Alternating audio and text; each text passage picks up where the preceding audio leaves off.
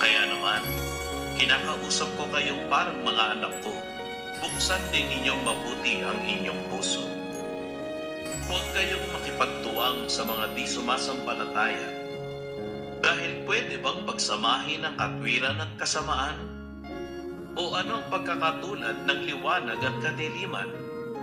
At pwede bang magkaisa si Kristo at si Belial? O may pagkakapareho ba ang isang mananampalataya at isang di sumasampalataya? At ano ang kaugnayan ng templo ng Diyos sa mga idolo? Dahil tayo ay templo ng isang Diyos na buhay, gaya ng sinabi ng Diyos, maninirahan akong kasama nila at lalakad sa gitna nila, at ako ang magiging Diyos nila, at sila ay magiging bayan ko.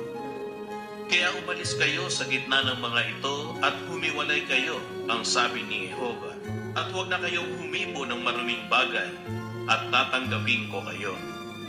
At ako ay magiging isang ama sa inyo, at kayo ay ituturing kong mga anak, ang sabi ni Jehova na makapangyarihan sa lahat.